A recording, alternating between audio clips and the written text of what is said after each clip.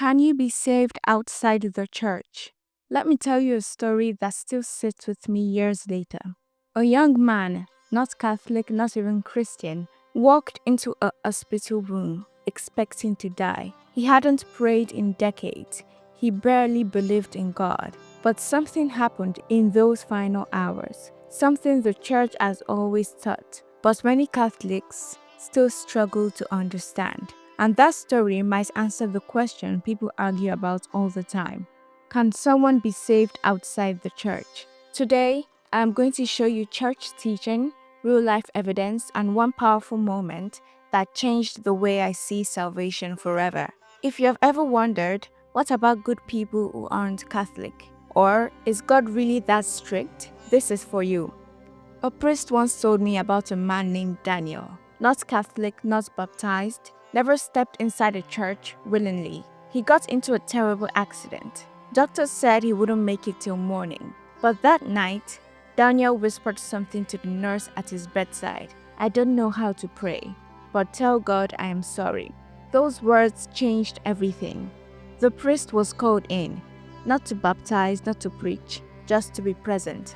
But when he heard Daniel's words, he realized this man had something the Catechism talks about, something called invincible ignorance and perfect contrition. Meaning, Daniel didn't reject Christ. He never knew him clearly. But at the end, he reached out. And the church teaches God responds to that.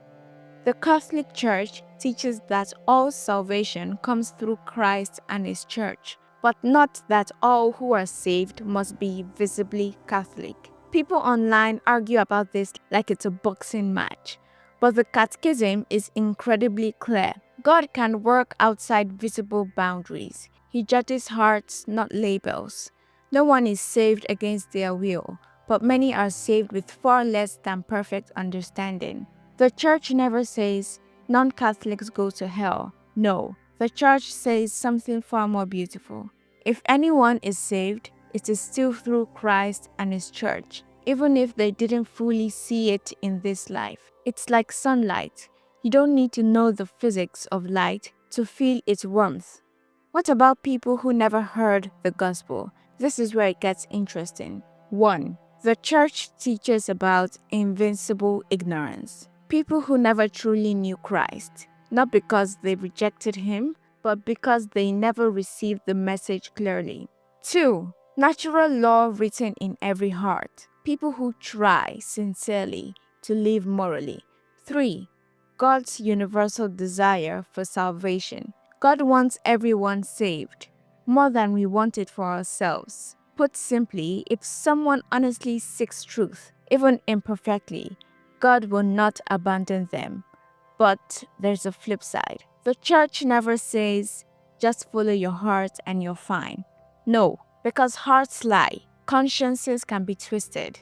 People can deceive themselves. Salvation outside the church is possible, but the path is not as clear, safe, or guaranteed. If the church is the full medicine, others might have pieces of that medicine, but not the whole prescription. This is why the church keeps evangelizing, not to win arguments or count members, but because truth matters. Remember Daniel? As the priest prayed silently, he sensed the man's sincerity, his desire, his reaching. Daniel took one last breath, peaceful, calm. The priest walked out of the room and said something I'll never forget. God can do more in one sincere breath than we can in 50 years of arguing. Did Daniel enter heaven? Only God knows. But was salvation possible for him? Absolutely. Because in that final moment, he ran toward the light he barely understood. And the church says God meets people there.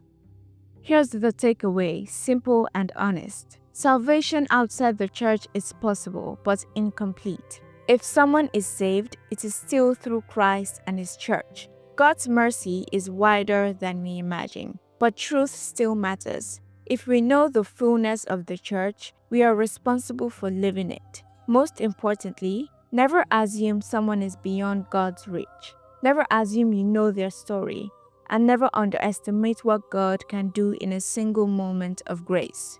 If today's video gave you clarity or even surprised you a bit, hit like, subscribe, and share with someone who's wrestling with this question. And tell me in the comments, do you think God is more strict or more merciful than people realize? Truth matters. The church matters. But God's mercy is bigger than any of us ever imagined.